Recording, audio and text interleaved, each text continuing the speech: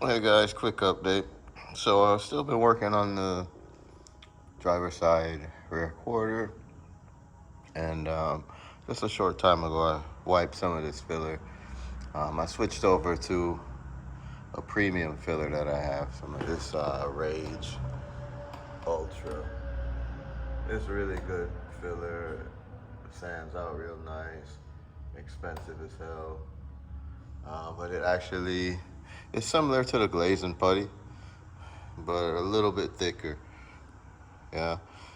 But anyway, I've been working on it off and on here and there, but I just was able to get what I hope to be the final uh, pass with the filler. So I had to go back over it, sand everything out nice and smooth, and just double check to see if we got any high spots or low spots. On the last wipe, I ended up with a couple low spots, and I have a sneaking suspicion I might not have completely covered the area where I needed to. So we'll see what happens though when I sand it out, if I'll have to do some more. And earlier too, I wiped that little corner piece with a little bit more filler, so I need to sand that a little bit too, but I'll use uh, the hand block for that so I don't get too crazy with it and sand off too much and have to keep messing with that. But yeah, so pretty much once this last little piece is done, it's just to go around the car and identify any other spots that may need it, and then it's preparing for paint, scuffing up the entire car, yada yada yada, etc. etc. Masking things off, but most importantly, I have to buy the paint. So right now, I haven't done that yet. I still need to do that. So it looks like that's gonna end up being our bottleneck. So I got to get on top of that. As ideally, I'd have that on standby and just be ready to go. But yeah, we don't want to rush things either. So I'll continue to focus on this, get all this stuff sanded out and prepped up, and we'll see what we'll end up getting accomplished, how much time that takes us, and where we ultimately end up with that. Um, all in all, we'll get the car done, but it's a little bit of pressure because the temperature here has already started to change. I think I told you guys that before, and then we got another rebound with heat. Well, the same thing happened again. So for the past few days, it had been really warm, and then boom, this week we started off with temperatures in the morning drop, or at nighttime, dropping really low again. Nothing too extreme yet, but even like I think Friday it's only gonna get up to 70 max, maybe even low 60s, and we're gonna have rain on Friday. So that's another little thing. I'm trying to get all of this done while I can. Today is Wednesday, and so far I'm on track, But come tomorrow, that's really the last day before it gets wet in here. I didn't check like the detailed forecast, but I just know I saw rain for Friday. Which anytime I see rain, that's bad. Like right now it's dry, but you guys know this whole area will be wet. I still got my puddle over here.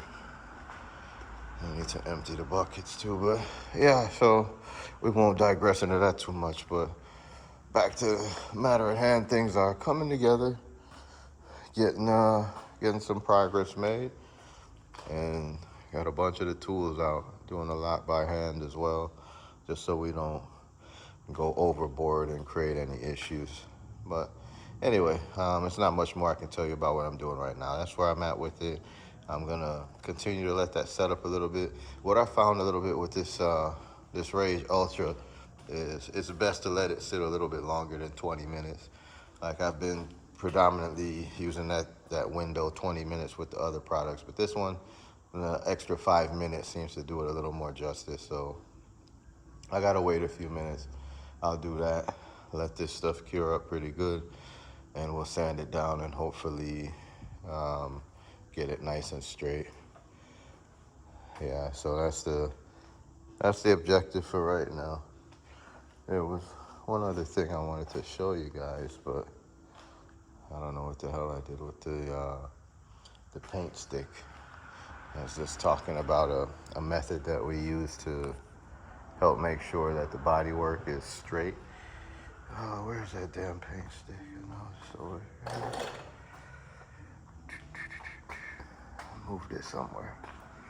Well, what the hell? Let me just go grab another one. I don't know what the hell I did with it. I think I used it to snatch some Bondo up. But anyway, so you guys kind of see the paint stick. That's a method we use on the panel just to make sure it's flat, right? You put that stick on there, and then you see that if there's a gap or no gap in between the stick, kind of gives you an impression or a good means to check to see if the body work is level. So that's what I wanted to show you guys. Is you can use your eyeballs or use your hands, but you know, having a straight edge or a ruler also helps. So of course it's not gonna be flat now while I still haven't sanded, and shit, I don't want to do that while it's still drying, but we'll just lightly do it. And I don't know if you guys can see that, but there's some gap, right? It's not laying flat all the way across. But so we'll be just showing you that we'll be using multiple methods to ensure that we get it flat. And yep, okay. So I think that's it for right now. I'll come back to you guys in a few once I've had a chance to sand that out. Peace. Hey guys, so yeah, we're back on it again. I sanded it down. As you can see, there's a lot more Bondo dust.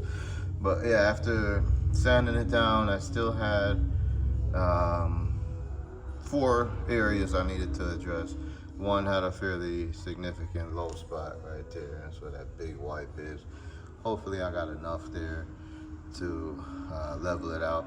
But I also had a couple of crevices, you know, bigger than pinholes, so, and slight low spots. So one there, one there, one there. So just letting that dry out, and then I'll do some more sanding and some more massaging and finessing to try to get it right. This side is, you know, giving me a particularly tougher time than the other side. Although, I mean, realistically speaking, I think I need to go back and just double check the other side, which I always kind of do. I'll double check all of my work. I get it to where I think it needs to be, but before we paint it, I'm gonna be touching everything on the car again just to make sure nothing was overlooked and no problems arose and didn't miss anything. So yeah, so that's where we're at right now. Again, now we're in that window where I have to wait for things to dry again. So that's what I'm gonna do, and I'm hoping that will be it, but there is still a slight chance I might need a little bit more in the one larger spot. Like I was saying, you can't really see it, but I could feel it. You know, there's a low spot there, so you would for sure see it when the car is painted and you look down the side of it. And that's the thing, right? That's the main objective here, is to ensure that this vehicle is flat, you know, and straight when you look down the side. You have some cars that go through this kind of work, and the person who's doing it doesn't do such a great job, and when you look down the side, it looks kind of wavy, you know. We don't want that. We want all straight panels. That's all the rest of the panels on this car is straight. So for the most part, you wouldn't have that, but even at that lower portion there, which is not gonna be that noticeable, if it's bad work, it's gonna be noticeable because the rest of the car is good. So that's it. We wanna make it right and make sure it's flat. Some mistakes that could be made are you don't sand it too much, and then you paint it, and for example, you have like a lumpy spot right there, like, oh my God, the whole car is flat, but it kind of sticks out right there or right there. You don't want that. So that's why we're gonna do our best. Take a little extra time and sand it down. And you know, sometimes that means you have to go over it more than once. Sometimes that means that you damn near sand off all the material you just applied. But like I was saying in previous videos, it's kind of a step-by-step and case-by-case basis. It's really just by the sense of touch and using a couple tools such as a straight edge, or you know, whatever you improvise using a paint stick or whatever, to make sure that that panel is flat. So that's where we're at, and I think we're good. I'm gonna stop right now, and I may give you guys a little bit more. Obviously, you'll get to see the whole thing, but for this particular video, this may be a good stopping point. Or I'll wait and see. We'll see how long it takes to dry and sand out. If I'm able to get it where I want it, then I'll bring you guys back. So stay tuned. All right, guys. So that's where we left off. We got the pinholes covered up. Hopefully no new ones appear, and we started working on that low spot. You can see that one spot I didn't get a very good wipe. I put a little too much hardener and it started to set up on me. So I'm talking about this spot right here in the back. So looks like I created a couple pinholes that'll come up because I know I need to sand lower than that. So that is what it is. I'm out of time for today. The other part going forward is good. So it's at least halfway there. So come tomorrow, it should be a short amount of work and I should be able to get that all leveled out nicely and hit it with some primer. And that's what we're looking to do. So we'll see.